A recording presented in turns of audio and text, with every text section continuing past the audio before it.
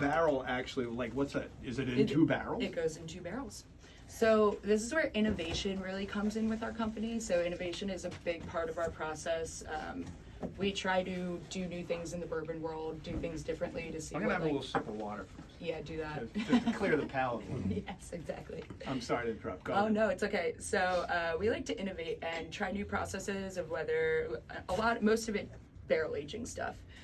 So essentially, this spends its first like 5.5 years in a brand new American oak barrel, but then we switch it into something called a zebra barrel. So we work with the Great West Virginia Barreling Company. They're one of the most well-respected cooperages in the country, and they make these special barrels for us that no one else has access to.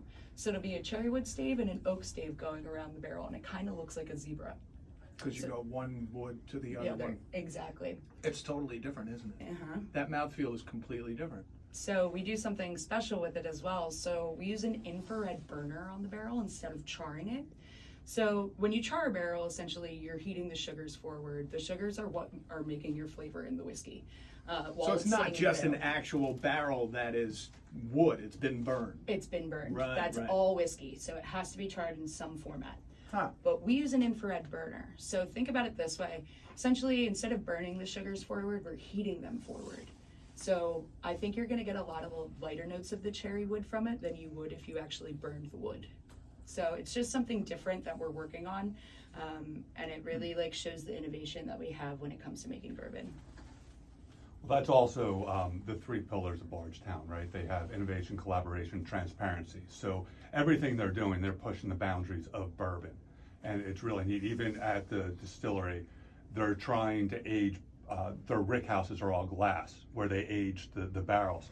And they want to, glass? they're glass, so they want to see how sunlight and the heat from the sun actually affects the aging of barrels. So it's just everything that they do is I always totally thought like they were supposed to be cutting edge. like In wooden, in like the dark. yeah, no, especially now with like temperament control, so you can control the temperature if you want to with inside the rick houses. Back in the day, you didn't have that, so you wanted to protect them from sunlight.